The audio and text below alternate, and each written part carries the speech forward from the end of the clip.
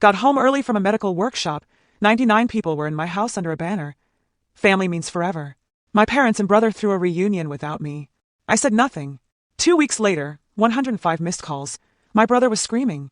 Family ended yesterday. Can you imagine coming home, utterly exhausted, only to find your entire life has been hijacked? What if the people you thought were your family were actually orchestrating a shocking betrayal right under your nose? Broken heart, trust me. What happened next will make you question everything you thought you knew about blood being thicker than water. Hey everyone, my name's Rachel Carter, and at 29, I never imagined that coming home a day early from a medical workshop would completely flip my world upside down. After 3 grueling days presenting my research in Chicago, all I craved was my own bed. Instead, I pulled up to find my street packed with cars and my house, teeming with 99 relatives I barely knew, all celebrating under a massive banner that screamed, "Family means forever." The irony? Oh, it hit me like a gut punch. Before I dive deeper into this wild ride, tell me, where are you watching from today? And seriously, hit that like and subscribe button if you've ever felt like an outsider in your own family. Because what I'm about to tell you is exactly why sometimes blood isn't thicker than water. So, let me rewind a bit, so you understand why finding my house like that felt like a betrayal. For 7 years, I've poured my life into medical research, specifically targeting aggressive lymphomas. My team at Boston Medical Research Institute, we've been pushing boundaries, and that workshop in Chicago was a huge milestone. I was presenting our preliminary findings to some of the top oncologists in the country. But my family? They never really got it. Why waste time on all that schooling when you could start a real career? My mom, Diana, would constantly harp. She somehow saw medical research as less valid than my brother Kevin's insurance sales job. Look, every career has value, but this dismissal of my dreams started way back. Growing up, Kevin was the golden child. I'd bring home straight A's, and my report card would get a quick glance before landing on the fridge. Kevin! He'd bring home B's and C's, and my parents would throw a celebration dinner. He worked so hard, they'd gush, while my achievements were just expected. This pattern played out through high school. Kevin's baseball games were family events, but my debate championships were only attended if nothing better was going on. My dad, James, bless his heart, was a bit more supportive before he passed away from heart failure 5 years ago. He'd slip me little encouraging notes, or quietly tell me he was proud, but never in front of Mom or Kevin. After Dad died, the house became a financial burden for Mom. That's when Kevin suggested we buy it together. He and his wife, Stephanie, would live downstairs. I'd take the renovated second floor, and Mom would move into the in-law apartment we built in the converted garage. It sounded like the perfect solution, and maybe, just maybe, a chance to finally bridge the emotional gap between us. I used my research fellowship money for my down payment. Kevin got most of his share from Stephanie's parents. We became co-owners with clear, written boundaries about shared spaces and responsibilities, my attorney Barbara's suggestion, which at the time seemed unnecessarily formal for family. For about 4 years, it worked reasonably well. I traveled often for conferences, while Kevin and Stephanie established themselves as neighborhood socialites, constantly hosting dinner parties I was welcome to join, but somehow, they were always scheduled when I had lab commitments. Mom would pop into my space unannounced, despite my repeated requests for a simple text first. "I'm family, Rachel. I shouldn't need an appointment to see my daughter," she'd huff, often rearranging my things to be more organized while I was at work. Still, I tried. Sunday dinners when I could, holiday gatherings where I just smile through Kevin's endless stories, my own professional milestones completely ignored. Last Christmas, my research was featured in a prestigious medical journal. Not a single person mentioned it, but everyone celebrated when Kevin got a sales award. Despite everything, I kept trying. 3 months ago, when I learned about the Chicago workshop, I immediately texted Kevin the dates I'd be away, asking him to keep an eye on my space. His response, "No problem, have a good trip. House will be quiet that weekend." That text would replay in my mind like a cruel joke when I stood in my doorway that Friday evening. The workshop itself had been incredible. My presentation got outstanding feedback. Several senior researchers suggested collaborations. Dr. Winters, one of the most respected oncologists in the field, had personally invited me to discuss potential applications. I even cut our meeting short, declining dinner, to catch an earlier flight home. I just wanted to decompress before the weekend. I'd even picked up small gifts for everyone. A Chicago snow globe for Mom, craft beer for Kevin, chocolate truffles for Stephanie. I thought, maybe, just maybe, we could all celebrate my success together for once. How incredibly naive I was. The Uber dropped me off a block away because of all the parked cars. At first, I just thought a neighbor was having a party. But as I wheeled my suitcase closer, recognition dawned.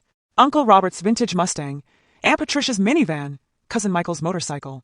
My pace slowed. Confusion set in. Lights blazed from every window of my house. I could hear music and laughter even from the sidewalk. Through the front bay window, I glimpsed it, a huge banner stretched across my living room wall. Family means forever. My hands trembled slightly as I slid my key into the front door. The noise inside was deafening, dozens of conversations overlapping, music blaring, kids shrieking as they tore through the house. The entryway was crammed with shoes and coats I didn't recognize. The first person to see me was my cousin Tiffany, who I hadn't seen in at least 3 years. She froze, wine glass halfway to her lips. "Rachel! Oh my God, you're here!" she shrieked, drawing attention. Like a wave, awareness of my presence spread. Conversations faltered, heads turned. I stood there, rooted, suitcase still in hand, surveying the scene. Every inch of my home was occupied. Aunts, uncles, cousins. People I vaguely remembered from childhood reunions but couldn't name. Some faces I hadn't seen since my father's funeral. My mother's cousin Janet was serving food from my kitchen. Children I'd never met were playing video games on my television. Someone had moved my research books from the coffee table to make room for photo albums and snack trays. Through the crowd, I spotted my mother, holding court in the dining room, gesturing animatedly to a group of older relatives. Her laugh cut off abruptly when our eyes met. For a split second, pure surprise registered on her face before she composed herself. Kevin emerged from the kitchen, carrying a tray of drinks. When he saw me, he nearly dropped it. His wife, Stephanie, appeared beside him, whispering something that made his face flush red. The house had been transformed. Family photos I'd never seen cover the walls, most featuring Kevin, my parents, or extended family groupings where I was absent. A slideshow played on someone's laptop displaying vacation images I'd never seen. A meticulously created Carter family tree poster was mounted on foam board, with certain branches highlighted in gold. "Rachel!" My mother finally approached, arms outstretched for a hug that felt stiff, mechanical. "What are you doing home today? We thought you were coming back tomorrow." I felt dozens of eyes on us as I responded, my voice steady despite the earthquake happening inside me. The workshop ended early. I caught an earlier flight. Kevin appeared at Mom's side, his smile not reaching his eyes. "Great to see you, sis. So glad. We decided to have a little family gathering." "A little gathering?" I gestured at the crowd filling every room. "There must be 100 people here." 99, actually," Stephanie chirped with a proud smile. "We've been planning the Carter Wilson family reunion for months. Everyone's here, even Great Aunt Edith came from Florida." Months. The word echoed in my head. Months of planning, yet no one thought to mention it to me. An elderly woman I recognized as my father's aunt approached, squinting. "Is this James's girl? My goodness, I hardly recognized you. Last time I saw you, you were in high school." "Hello, Aunt Edith," I managed. "It's been a long time. Your brother has been such a wonderful host," she continued, giving us the grand tour of the house, showing us all the improvements you've made since your father passed. "He said you're rarely home because of work." I felt a muscle twitch in my jaw. "Is that so?" As I moved through the crowd, more revelations emerged. Cousin Ryan mentioned booking his flight 6 months ago. Uncle Paul thanked me for letting everyone use my space, something I had never agreed to. Aunt Carol commented on how she'd enjoyed staying in my lovely bedroom the past 3 days. My bedroom? Someone had been sleeping in my bed. I excused myself and climbed the stairs to my second-floor apartment, finding the door unlocked. Inside, my private space had been completely invaded. Air mattresses covered my office floor, suitcases were stacked in corners, my bed was rumpled with unfamiliar sheets. Personal items had been moved or tucked away. Someone had taped children's artwork over my framed research certificates. I stood in the center of my violated space, breathing deeply, trying to maintain composure. Through the floor, I could hear the party continuing below, the celebration I hadn't been invited to in my own home. My phone chimed with a text from Madison. "How was the flight? Did you make it home okay?" I stared at her message, my closest friend completely unaware of the surreal scenario unfolding around me. Before I could respond, Kevin appeared in my doorway. "Hey," he said softly, closing the door behind him. "Can we talk?" The conversation that followed would change everything. Kevin's discomfort was palpable as he shifted his weight. I sat on the edge of my bed, a bed that smelled of unfamiliar perfume, and waited. "Look, Rachel, I can explain," he started, running a hand through his hair. "This reunion has been in the works for a while, and we thought we—" "Who exactly is we?" I interrupted. "Mom, Stephanie, and me," he admitted, "and some of the aunts helped coordinate." I remained silent, forcing him to fill the uncomfortable void. It started small, just talking about getting a local family together. Then Aunt Patricia suggested inviting the Florida relatives, and it snowballed from there. His explanation came out rehearsed, as if he'd been preparing it. "We figured with your workshop in Chicago, the timing worked out perfectly." "Perfectly for what, Kevin?" "For using my home without my knowledge. For moving my belongings. For letting strangers sleep in my bed." "They're not strangers, they're family," he corrected, his tone taking on that familiar condescending edge. "And it's not just your home, it's our home. I co-own this place too, remember?" "My apartment is my private space," I countered. "We agreed on that when we bought the house." The door opened, and my mother entered without knocking, Stephanie hovering behind her. What's going on up here? Mom asked, though her defensive posture suggested she already knew. We have guests downstairs wondering where their hosts went. I was just asking Kevin why no one thought to inform me about this reunion happening in my home, I said evenly. Mom waved her hand dismissively. It was a last-minute decision. We knew you were busy with your work thing. Last minute? I raised an eyebrow. People booked flights 6 months ago. Cousin Ryan told me he's been looking forward to this since Christmas. A flash of irritation crossed my mother's face. Well, we didn't want to bother you with the details. You're always so wrapped up in your research. Besides, we thought you were coming home tomorrow, because Kevin told me to book my return flight for Saturday. I said, turning to my brother. You specifically said nothing was happening at the house this weekend. Kevin had the decency to look uncomfortable. You might have gotten the dates mixed up for an event you've been planning for months. I challenged. Stephanie stepped forward, arms crossed. We didn't think you'd want to participate anyway. You always work through family gatherings, typing away on your laptop or taking calls.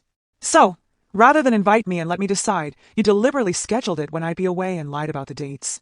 The pieces were falling into place now. Were you hoping I wouldn't find out at all? Of course not, Kevin said quickly. We were going to clean everything up before you got back, including the people sleeping in my bedroom, the strangers using my bathroom, going through my things. They're elderly relatives who can't handle stairs, Mom interjected. We had to put them somewhere comfortable. I stood up, needing to create physical distance. Why wasn't I told about any of this? An email, a text, anything. The three of them exchanged glances that confirmed what I already suspected. My exclusion had been deliberate. You're taking this too personally, Mom finally said. It's not like you participate in family events anyway. You're always working, and you've never seemed interested in the extended family, Kevin added. When was the last time you called Aunt Carol or visited Cousin Jennifer's new baby? The hypocrisy was staggering. Maybe because I'd never been included in family communication. I shot back. I didn't even know Jennifer was pregnant. A knock at the door interrupted us. Cousin Matthew poked his head in. Sorry to interrupt, but people are asking about dinner timing. We'll be right down, Stephanie responded with a bright smile that vanished the moment he closed the door. I moved to my dresser, finding drawers partially open, contents rearranged. Who's been going through my things? No one's going through anything, Mom said defensively. We just needed to make space. Your things are fine. As if on cue, a crash sounded from my bathroom, followed by a child's oops. I rushed in to find a young boy I'd never met standing amid shattered glass, my grandmother's antique perfume bottles that had been on my shelves. I was just looking, the boy said wide-eyed. I turned back to Kevin, Mom, and Stephanie. This is unacceptable. It's just stuff, Rachel, Mom sighed. Family is what matters. I laughed, though there was no humor in it. Family? Is that what this is? I walked to my closet, finding it partially filled with strangers' luggage. Behind me, Kevin cleared his throat. While we're talking, Stephanie and I were thinking, since you're hardly ever here anyway, maybe you'd consider selling your half of the house to us. We could use the extra space now that we're thinking about starting a family. And there it was, the real agenda, surfacing at last. Before I could respond, Stephanie's mother appeared in the doorway. Diana, we need your help settling a debate about James's mother's maiden name for the family tree. Coming. My mother turned to me with a warning look. We should get back to our guests. We can discuss this later. Try not to make a scene, Rachel. This reunion is important to everyone. As they filed out, I noticed a manila folder poking out from under the guest's luggage in my closet. Pulling it out, I discovered it contained financial documents from Kevin's desk. Papers showing multiple mortgage refinancing attempts, credit card statements with alarming balances, and a letter regarding denied loan applications. Pieces of a puzzle I hadn't known I was solving fell into place. The reunion, the sudden interest in buying my half of the house, the deliberate exclusion. It all connected. I carefully returned the folder, my mind racing. The noise from downstairs resumed. Laughter, music, the clinking of glasses. Through my window, I could see more relatives arriving, bearing food and gifts. A family celebration I hadn't been invited to. In my own home, I had two choices. Create a scene that would only reinforce whatever narrative they'd created about me, or respond in a way they would never expect. I chose the latter. With the confrontation still burning in my mind, I turned away from the window and surveyed my disrupted space. The sweet, powdery scent of my grandmother's shattered perfume bottles hung in the air, a family heirloom now reduced to glass shards on my bathroom floor. I opened my closet again and pulled out a small weekend bag, methodically packing essentials. Clothes for a few days, toiletries, my laptop, and important documents. As I worked, I used my phone to take photos of my space, the state of my bedroom, the air mattresses covering my office floor, the rearranged furniture, and the broken items in the bathroom. I documented everything meticulously, date and timestamping the images. A soft knock interrupted my inventory. I opened the door to find Aunt Grace, my father's older sister, and one of the few relatives I'd stayed in contact with over the years. At 78, she stood straight-backed and clear-eyed, offering a sympathetic smile. "I thought I might find you up here," she said, her voice low. "May I come in?" I stepped aside, allowing her into the chaos of my invaded space. "I want you to know, I had no idea you weren't informed about this reunion," she said, settling carefully on the edge of my bed. "When Diana and Kevin were sending out invitations, I specifically asked if you were involved in the planning. They assured me you were too busy, but had given your blessing." I shook my head, continuing to pack. "This is the first I've heard of it." Aunt Grace sighed deeply. "I suspected as much when I saw your face downstairs. Your father would be livid about this." The mention of my dad brought a tightness to my throat. "They've been sleeping in my bed, Aunt Grace, going through my things. Kevin just asked if I'd sell him my half of the house." Her eyebrows shot up. "Did he now?" "Interesting timing." "What do you mean?" She glanced toward the door, then lowered her voice. "I overheard Kevin and Stephanie talking with their financial advisor last night in the kitchen. I didn't mean to eavesdrop, but old ears work better than people expect. They've overextended themselves, Rachel. Something about investment properties that aren't performing and credit card debt." This confirmed what the documents I'd found suggested. "So this whole reunion—" "I can't say for certain it's connected," Aunt Grace said carefully, "but it does seem convenient that they're suddenly hosting a massive family event, positioning themselves as the generous hosts and caretakers of the Carter legacy, right before asking you to give up your claim to the property." I zipped my bag closed, a plan crystallizing in my mind. "I need to step away and think clearly. Would you do me a favor and not mention to anyone that I've packed a bag?" Aunt Grace nodded, then reached into her pocket and pulled out a small velvet pouch. "I brought this for you. It was meant to be a surprise during the family gift exchange tomorrow, but I think you should have it now." Inside was a delicate gold locket. When I opened it, I found a tiny photograph of my father and me at my medical school graduation, his face beaming with pride. "He mailed me this photo the day after your graduation," Aunt Grace explained. "Said it was the proudest day of his life, watching you accept your diploma. He knew you'd go on to do important things." Tears threatened, but I blinked them back. "Thank you." As Aunt Grace stood to leave, she paused. "Whatever you decide to do, remember that your father saw your worth, even when others in this family failed to. Don't let them diminish that." After she left, I finished my preparations and practiced calm. I could hear the party escalating downstairs. Someone had started karaoke in the living room. Through my window, I watched as more relatives arrived, bearing casserole dishes and overnight bags. I sent a text to Madison. "Family emergency. Need a friend tonight. Can I call you?" Her response was immediate. "Of course. What's happening?" Rather than explain via text, I took a final look around my space, then shouldered my bag and made my way downstairs, navigating through clusters of relatives. Most were too engaged in conversations to notice me, though a few nodded or waved vaguely in my direction. In the kitchen, I found Kevin's wife Stephanie directing a team of aunts in dinner preparation, using my specialty cookware I'd specifically asked no one to touch. "Rachel, there you are," she said with manufactured brightness. "We're just getting dinner organized. Would you mind grabbing more folding chairs from the basement?" "Actually, I have some urgent work emails to handle," I replied, keeping my voice neutral. "I'll be stepping out for a bit." Her relief was poorly disguised. "Oh, sure. Don't worry about anything here. We've got it all under control." As I headed for the door, I overheard my cousin Thomas asking Kevin about property values in the neighborhood. Kevin's response made me pause. "Fantastic investment opportunity," he was saying. "Once the paperwork goes through, we'll have the entire house and can finally renovate the second floor the way we've always wanted." The confidence in his tone suggested he considered my agreement to sell a foregone conclusion. I slipped out the front door unnoticed, the sounds of my family celebration fading as I walked to my car. As I drove away, I called Madison, who listened in shocked silence to my explanation. "Stay with us tonight," she insisted. "Daniel is making his famous lasagna, and the guest room is already made up." I declined gently, having already booked a hotel room downtown. I needed space to think, to plan, to determine my next steps without emotional influence.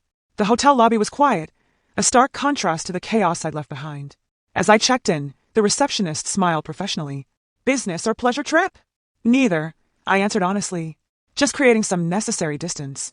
In my room, I spread out the photos I'd taken, reviewing them alongside the images of the financial documents I'd glimpsed. I made lists, researched my legal options, and began drafting emails. By midnight, my strategic retreat had transformed into a counteroffensive. My phone had accumulated dozens of missed texts and calls, mostly from Kevin, growing increasingly demanding about my whereabouts. I responded only to Aunt Grace, assuring her I was safe and thanking her again for the locket. Before sleep finally claimed me in the early morning hours, I made one final note in my planning document. Family means forever. But so do consequences. Morning light filtered through the window, revealing 27 missed calls, mostly from Kevin and my mother. Their text messages evolved from casual inquiries about my whereabouts to increasingly frantic demands for a response. From Kevin, "Where did you go last night? Mom is worried." From Mom, "This is childish behavior, Rachel. Call me immediately." From Kevin, "Seriously, sis, everyone's asking about you. At least let us know you're okay." From Stephanie, "You're embarrassing Kevin in front of the family." I set my phone aside and ordered room service, a luxury I rarely indulged in, but today warranted it. While enjoying my coffee, I called Barbara Reynolds, my attorney since I'd first invested in the house. "Rachel," she answered warmly. "This is earlier than our usual check-ins. Everything okay?" "Not exactly," I replied, before detailing the events of the previous evening. Barbara listened without interruption, occasionally asking for clarification on specific details. "So, to summarize," she said when I finished, "your co-owner and family members organized a major event in your shared property without your knowledge, allowed strangers access to your private living quarters, damaged your personal property, and then suggested you sell your interest in the house, all while you have documentation of financial distress that may be motivating their actions." "That's the situation," I confirmed. "Can you come to my office at 11 o'clock? Bring the photos you took and any documentation of the original co-ownership agreement. We should discuss your options." I arrived at Barbara's downtown office precisely at 11 o'clock, armed with my laptop and files. Her assistant showed me directly to the conference room where Barbara waited with a property law specialist she'd invited to join us. For the next 2 hours, we reviewed my options. The co-ownership agreement Kevin and I had signed contained specific clauses about respecting private spaces and requiring mutual consent for events involving more than 20 guests. Provisions Barbara had insisted on that now seemed prescient. "You have several paths forward," Barbara explained. "We could file for a partition by sale, forcing liquidation of the property and division of proceeds. Alternatively, we could demand a buyout at current market value, plus damages for the invasion of privacy and property destruction." "What about my mother's living situation?" I asked. "She's in the in-law apartment. Your agreement specifies her right to occupy that space is contingent on both owners." "Consent," the property specialist noted. "If you sell your interest or force a partition, that arrangement would need to be renegotiated with the new owner or owners." By early afternoon, we had formulated a plan. Rather than acting from emotion, we would proceed methodically and legally. I would return to the house after the reunion ended, document any damages with a professional assessment, and then present Kevin with formal options for resolving our co-ownership in light of the trust violations. "The important thing," Barbara emphasized, "is to communicate only in writing from this point forward. No verbal agreements, no emotional confrontations that can be misrepresented later." After leaving Barbara's office, I drove to my bank and accessed my safe deposit box, securing important documents and irreplaceable items like my grandmother's jewelry. Next, I met with my financial advisor to ensure my investments and accounts were properly protected and separated from any shared assets with Kevin. When I finally returned to the house late Sunday evening, the cars were gone, and an eerie quiet had replaced the previous day's chaos. The front door lock had a sticky residue, suggesting someone had taped over it to allow easy access for guests, another security violation that made me clench my jaw. Inside, the evidence of a massive gathering remained, furniture out of place, stains on carpets, empty bottles, and forgotten personal items scattered throughout common areas. I walked through methodically, documenting everything with my phone camera and taking detailed notes. Upstairs in my private apartment, the invasion was even more apparent. My bedroom had been used by at least 2 different groups, judging by the various personal items left behind. My office had served as a children's playroom, with crayon marks on my desk and sticky fingerprints on my bookshelf. In the bathroom, attempts had been made to clean up the broken perfume bottles, but glass fragments still glittered between floor tiles. As I surveyed the damage, my phone pinged with an email notification that made my heart skip. Dr. Winters from the Chicago workshop had forwarded an opportunity for a prestigious research position in Switzerland, a 3-year appointment with the International Medical Research Consortium to continue my work on targeted cancer treatments. "Based on your impressive presentation in Chicago," he wrote, "I've recommended you as our top candidate. They're eager to speak with you this week, if you're interested." The timing couldn't have been more perfect, or more challenging. As I contemplated this potential career leap, I heard the front door open downstairs. "Rachel!" Kevin's voice called out. "Your car's here. Where have you been?" Instead of answering, I sent him a text. "I'm documenting the damage to my space. Please respect my privacy. I'll communicate with you in writing about next steps." I could hear him stomp up the stairs, but my bedroom door remained firmly locked. His knock came a moment later. "This is ridiculous," he said through the door. "You can't just disappear during a family reunion and then lock yourself away. People were worried." I didn't respond, continuing my inventory instead. After several minutes of intermittent knocking and pleas, he gave up and returned downstairs. Soon after, I received texts from my mother saying I was breaking her heart with my childish behavior and ruining what had been a beautiful family gathering. I forwarded these messages to Barbara, then call the locksmith to change the locks on my apartment door and install a security system that would alert me to any entry. The locksmith arrived within the hour, and by evening my space was secure. That night, I scheduled a video interview with the Swiss research team, reached out to several cleaning services for quotes on professional remediation of my space, and composed a detailed email to Kevin outlining the documented violations of our co-ownership agreement. The final piece of my calculated response was perhaps the most satisfying. I sent a professional, courteous email to each extended family member who had attended the reunion. In it, I expressed regret that I hadn't been informed of the gathering in advance, but hoped they had enjoyed their stay. I clarified that any future visits would require advance notice and ended with news of my potential international research opportunity, establishing a narrative that directly countered whatever story Kevin and my mother might spread. By morning, I had received several apologetic responses from relatives who claimed they had no idea I hadn't been involved in planning the reunion. Aunt Patricia even called, horrified to learn she had been sleeping in my bed without my permission. "Kevin, and your mother told everyone you were fully aware and had agreed to everything," she explained. "They said you were too busy with work to help organize, but had given them your blessing to use the entire house." This information, while infuriating, was valuable confirmation of the deliberate deception. I thanked her for her honesty and added her statement to my growing file. When I finally emerged from my apartment the next day, I found Kevin waiting in the kitchen, his expression a mixture of anger and apprehension. "We need to talk about this email you sent me," he began, waving his phone. "Legal action? Documented violations?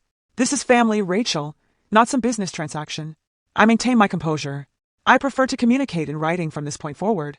I've made my position clear. "This is about the house, isn't it?" he snapped. "If you needed money, you could have just said so instead of threatening legal action." The irony of his statement was not lost on me.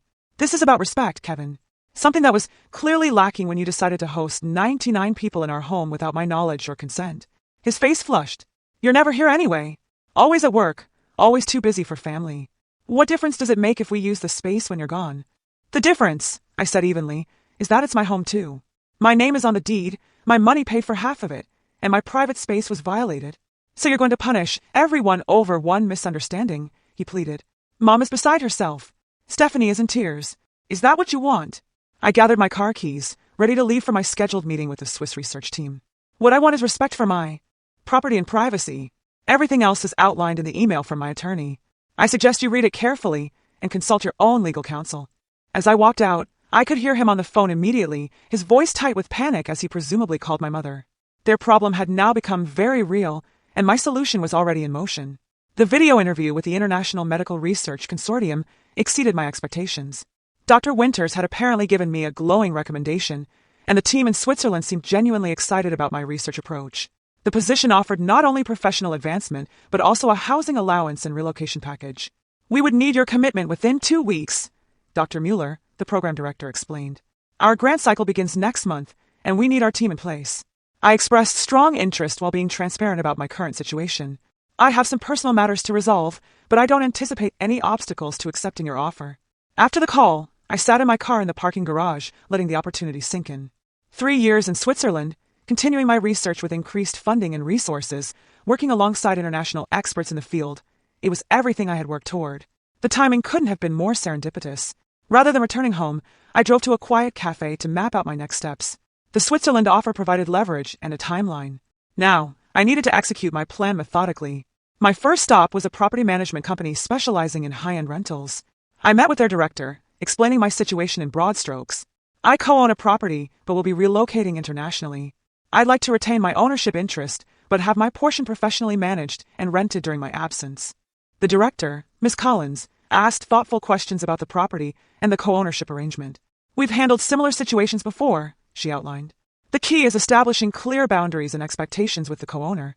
She detailed her services: finding qualified tenants, handling maintenance issues, collecting rent, and providing regular financial statements. Most importantly, they would serve as a buffer between me and Kevin, removing the emotional component from property decisions. "We'll need to inspect the property and take detailed documentation of your space," Ms. Collins explained. "Given the co-ownership, we'll also need to establish protocols for common areas and shared responsibilities." I scheduled the inspection for the following day, during hours I knew Kevin would be at work. My next appointment was with Barbara to finalize the legal framework for this arrangement. She had prepared a comprehensive amendment to our co-ownership agreement, specifying that in lieu of selling my interest, I would be exercising my right to rent my portion while maintaining ownership. "This effectively blocks his ability to force you out," Barbara explained, "while still providing you income from the property." The management company creates a professional buffer that depersonalizes the situation. We also prepared a formal notice about the property damage, with repair costs to be deducted from any shared maintenance fund before accounting for rental income. Additionally, Barbara drafted an agreement regarding my mother's living arrangement, ensuring her housing security while clarifying boundaries. Send these by certified mail, Barbara advised. It establishes a paper trail and signals you're serious about enforcing your rights. Over the next several days, I methodically prepared for my potential move. I researched visa requirements for Switzerland, initiated the process with human resources at my current institution for a possible leave of absence, and began sorting my belongings into categories: take, store, or sell. Throughout this period, the barrage of messages from Kevin and my mother continued. Kevin oscillated between anger and attempts at reconciliation. You're overreacting. We can talk this out. Is this really worth destroying our family over? Fine, ignore me. Your attorney can talk to mine. Please, Rachel, Mom's blood pressure is through the roof because of his stress. My mother's messages were predictably manipulative. I raised you better than this. Your father would be so disappointed in how you're treating family. I'm not feeling well. The doctor says it's stress-related. Is that what you want? Kevin and Stephanie might lose everything because of your selfishness. I maintain my commitment to responding only in writing and only to substantive issues, ignoring the emotional manipulation. When my mother claimed a health crisis, I sent a brief email. I'm sorry to hear you're unwell. I've sent information about your medical options under your current insurance plan. Please keep me updated on your condition. The property management inspection went smoothly.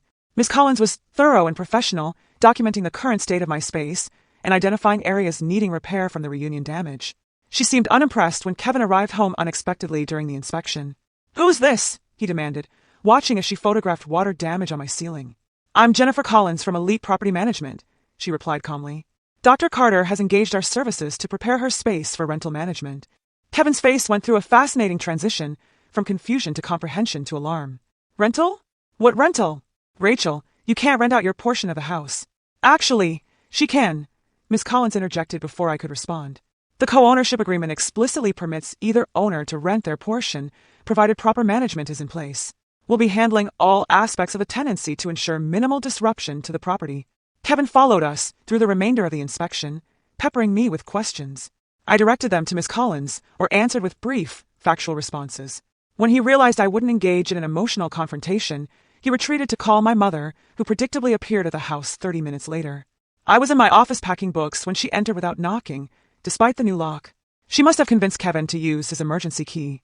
This has gone far enough, she announced. You're tearing this family apart over nothing. I continued packing, my voice steady. I'm exercising my legal rights regarding property. I co-own. There's nothing personal about it. Nothing personal, she sputtered. You're bringing strangers into our home. You're sending legal notices to your own brother. You're threatening the roof over my head. I set down the book I was holding and finally faced her directly. The legal notices wouldn't be necessary if my privacy and property had been respected. As for your living arrangement, the documents explicitly state your housing is secure as long as you respect the boundaries established. Boundaries? We're family. We shouldn't need formal agreements and legal papers between us. The reunion proved exactly why we do, I countered. Now if you'll excuse me, I have a call with Switzerland in 20 minutes. Her expression shifted.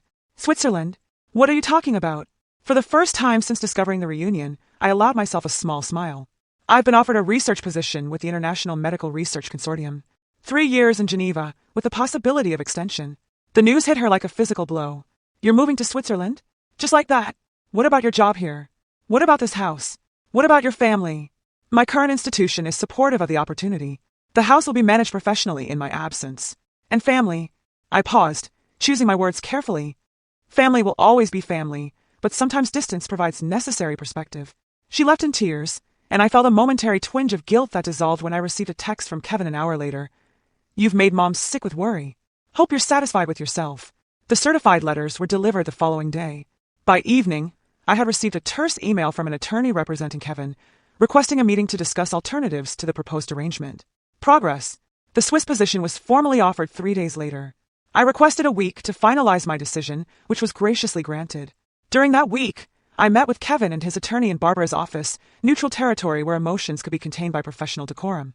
Kevin's attorney proposed that Kevin purchase my interest in the house at 15% below market value, citing the inconvenience of the rental arrangement and potential property devaluation. Barbara countered with our proposal. Either Kevin purchase my share at full market value plus damages, or accept the management company arrangement with clear terms regarding tenant selection and common area usage. After 2 hours of negotiation, we reached an impasse. Kevin's financial situation, as I had suspected, couldn't support purchasing my share at fair market value. The management company arrangement remained his only viable option, though he clearly despised it. "You're really going to do this?" he asked as we prepared to leave. "Move to Switzerland and rent your rooms to strangers just to prove a point?" "This isn't about proving a point," I replied. "It's about pursuing my career while protecting my investment." The reunion simply clarified that I need legal protections in place to do both. That evening, I formally accepted the position in Switzerland and initiated the visa process.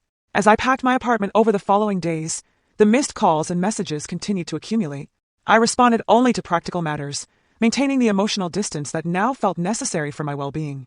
Aunt Grace visited the day before my departure, bringing a small going-away gift, a travel journal with a handwritten note inside. "Your father always said you would see the world. Make him proud. Will you stay in touch?" she asked as we shared tea in my nearly empty apartment. "Of course," I promised. "You're welcome to visit me in Switzerland anytime." "I might take you up on that," she smiled. "I've always wanted to see the Alps." As she was leaving, she paused. "Your mother and Kevin will come around eventually. Sometimes people need to experience the consequences of their actions before they can acknowledge them." I nodded, hoping she was right, but no longer basing my decisions on that possibility. The night before my flight, I stayed with Madison and her husband, my apartment already turned over to the management company. My phone showed 47 missed calls by then, mostly from Kevin and my mother, but also from various relatives who had attended the reunion and were now caught in the family drama. Madison raised her glass in a toast to new beginnings in Switzerland and to recognizing when bridges aren't worth rebuilding. Her husband added, "Cheers to defining family on your own terms." I clinked my glass against theirs, feeling a curious mixture of sadness and liberation. Later that night, I received a final text from Kevin. "This isn't over. When you come to your senses and come home, things will be different." I didn't respond, but I saved the message as a reminder of why I needed to leave and why my power move was not just about asserting control, but about reclaiming my sense of self-worth. 2 weeks after settling into my apartment in Geneva, my phone displayed an almost comical notification: 105 missed calls. Scrolling through the log revealed a pattern. Kevin's number appeared most frequently, followed by my mother's, with occasional attempts from other relatives. The voicemails progressed from irritated to desperate to furious. The final one, left at 3:47 a.m. Boston time, featured Kevin literally screaming, "Rachel, the property manager is showing your rooms to potential tenants today. They're saying I have no right to refuse entry. This is my house too. Call me back immediately, or I swear I'll..." The message cut off there, the system having reached its time limit. I saved it alongside the others as documentation, then forwarded it to Barbara with a brief note. "For your information, continuing communication despite requests to stop. Please advise." Her response came an hour later. Standard emotional escalation. "The management company is aware and proceeding professionally. Focus on your research. We'll handle things here." And focus I did. The International Medical Research Consortium facility was everything I had hoped for: cutting-edge laboratories, brilliant colleagues from around the world, and resources that made my previous work environment seem primitive by comparison. Dr. Mueller had assembled a team specializing in various aspects of targeted cancer treatment, with my research forming a key component of their integrated approach. My days quickly filled with meaningful work, and my evenings were spent exploring Geneva or connecting with new colleagues. After years of fighting for recognition and respect in my own home, the immediate professional acceptance was almost disorienting. "Your approach to receptor modification is fascinating," commented Dr. Imani, a biochemist from Kenya, during our first team meeting.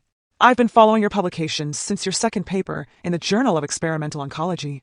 "The Chicago presentation barely scratched the surface," added Dr. Chun, our team's imaging specialist. "I'd love to hear more about your methodology when you have time." This was what I had always wanted: peers who valued my work, who saw me as a contributor rather than an inconvenience. The irony that I had to travel 3,700 miles to find it wasn't lost on me. Meanwhile, the situation back in Boston continued to evolve. Barbara sent weekly updates. Week 1. Property management has secured a suitable tenant, a visiting professor from UCLA with excellent references. 1-year lease signed. Kevin attempted to block entry, but retreated when legal consequences were explained. Week 2. First month's rent deposited in your account, minus management fees and repair costs. Your mother has sent a formal complaint about strangers using the shared laundry facilities. Management company has established a schedule. Week 3. Kevin has engaged a new attorney seeking to invalidate the management agreement. Their case has no merit, but prepare for continued legal maneuvering. Through it all, the messages from family continued, though their tone gradually shifted. Kevin's rage gave way to occasional attempts at guilt. The tenant they found is weird, keeps odd hours. Mom is uncomfortable in her own home. Dad would have never let this family fall apart like this. At least tell me how long you're planning to punish us. My mother's approach was more varied, cycling through anger, martyrdom, and occasional glimpses of reflection. I've never been so humiliated in my life. Everyone is asking where you've gone. My doctor has put me on anxiety medication because of this situation. I don't understand why you couldn't talk to us instead of running away. Maybe we should have told you about the reunion. That last message, the first acknowledgement of wrongdoing, however tentative, came 6 weeks after my departure. I broke my silence to respond with a simple, "Yes, you should have." It opened a door to a different kind of communication, not warm or immediately reconciliatory, but at least rooted in reality rather than manipulation. "We didn't think you'd care," she wrote back. "You've always kept yourself separate from family gatherings." "I was never invited to most of them," I replied, "and my home was used without my consent. It's Kevin's home, too. My private apartment isn't. We had an agreement." Several days passed before her next message. "I'm trying to understand your perspective." It wasn't an apology, but it was something. A small crack in the wall of denial that had characterized our relationship for years. As my work in Switzerland progressed, I developed new friendships that felt more authentic than most of my family relationships ever had. My research team celebrated successes together, supported each other through setbacks, and genuinely appreciated each other's contributions. We shared meals, explored the city, and gradually formed connections that had nothing to do with obligation or shared DNA. Madison visited during my 3rd month, marveling at my transformation. "You seem lighter," she observed as we walked along Lake Geneva. "Like you've shed something heavy you've been carrying." "Expectations, maybe," I suggested. "The weight of trying to belong somewhere I was never truly wanted." She nodded thoughtfully. "Family should be the people who see you clearly and love you anyway, not the people who try to make you invisible." Back in Boston, the practical arrangement stabilized. The tenant proved reliable, the management company handled maintenance issues efficiently, and Kevin eventually stopped trying to sabotage the arrangement when it became clear the legal framework was solid. 6 months into my Swiss adventure, I received an unexpected email from Kevin. "I'm writing this from Dad's old study," he began. "The tenant is at some conference, and the management company let me in to fix a plumbing issue in the shared bathroom. Being in this house without you feels strange. I keep expecting to hear you typing away upstairs or coming down for coffee. I'm not going to apologize via email for something that deserves a face-to-face conversation, but I will say this. I've had time to think about how things have always been between us. Mom keeps saying you abandoned the family, but sitting here in this empty house, I'm starting to wonder if maybe we abandoned you first, long before Switzerland. Stephanie's pregnant, found out last week. It's making me think about what kind of father I want to be, what kind of family we want to create. I don't have answers yet, but I'm asking questions I probably should have asked years ago. Anyway, your research made the news here, something about clinical trials showing promise. Mom cut out the article. I think she's got it on the refrigerator, though she denies it when I mention it. Kevin." I read the email several times, unsure how to respond or even how to feel. It wasn't the groveling apology part of me had fantasized about in darker moments, but there was an authenticity to it that suggested real reflection. After waiting a day to process, I replied, "Congratulations on the baby, that's significant news. The clinical trials are preliminary but promising. We're seeing tumor reduction in 78% of cases with minimal side effects compared to traditional approaches. It's early, but it could change how we approach certain aggressive cancers. I'm not ready to pretend everything is fine between us, but I appreciate your email.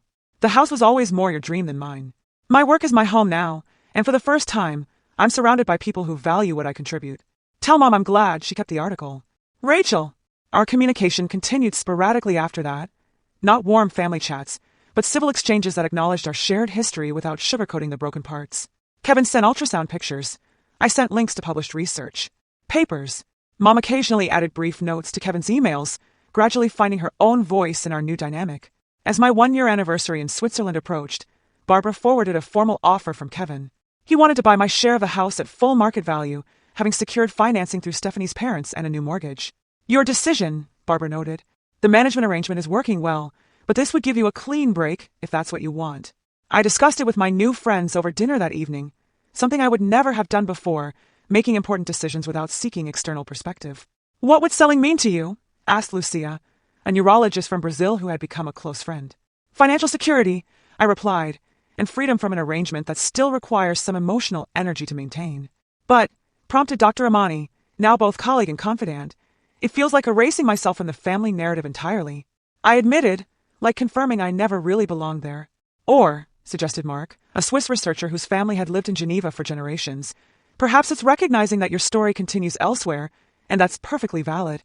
After careful consideration, I accepted Kevin's offer with specific conditions: A portion of the proceeds would create a medical research scholarship in my father's name, and my mother's living arrangement would be legally protected for her lifetime.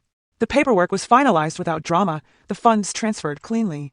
My connection to the physical structure that had never quite felt like home was severed, but something else remained.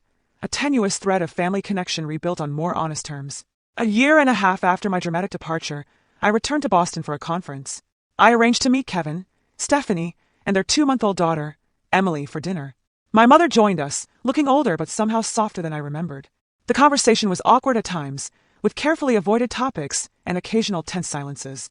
But when Kevin handed me his daughter to hold, her tiny fingers wrapping around mine, I felt an unexpected surge of connection. "She has Dad's eyes," I observed quietly. Mom nodded, her own eyes glistening. "James would have adored her. And he would have been so proud of your research," Kevin added. "The article said your treatment approach could save thousands of lives. If the expanded trials confirm our initial results," I qualified, though I couldn't help but feel warmed by the acknowledgement. Later, as we prepared to leave the restaurant, Mom hesitated before asking, "Will you visit again before returning to Switzerland?" "I have meetings for the next 3 days," I explained. "But perhaps breakfast before my flight on Sunday?" The relief on her face was evident. "I'd like that." We didn't hug goodbye. We weren't there yet. But there was a moment of eye contact, of mutual recognition, that felt more authentic than any forced physical affection would have. Back in my hotel room, I reflected on how far I'd come from that shocking moment of discovery under the Family Means Forever banner. The pain hadn't disappeared entirely, but it had transformed into something more complex, a hard-won wisdom about boundaries, self-worth, and the courage to define family on my own terms. My phone chimed with a message from Lucia. "How was the family dinner? Survival or revival?" I smiled as I typed my response. A little of both. Some bridges can't be fully rebuilt, but maybe we're creating something different instead. Something based on who we are now, not who we pretended to be before. The next morning, I woke to an email notification. My research team in Switzerland had received approval for expanded clinical trials. Real people would soon benefit from work that might never have happened if I hadn't found the courage to leave. "Family means forever," the banner had proclaimed. Perhaps that was true, but not in the way my mother and brother had intended. The bonds of family, both those we're born into and those we choose, shape us forever, for better or worse. The difference is whether we allow those bonds to become chains or strengthen us as we forge our own paths. As I prepare for my final day in Boston before returning to my new home in Switzerland, I wonder, have you ever had to redefine what family means to you? Has anyone else discovered that sometimes the hardest boundaries to set are with the people who should love us most? Share your experiences in the comments below, and don't forget to like and subscribe if this story resonated with you. Sometimes, the bravest thing we can do is walk away from what hurts us, especially, when it comes wrapped in the guise of family. Thank you for listening to my story, and remember, you deserve to be seen, valued, and respected, no matter what any banner says.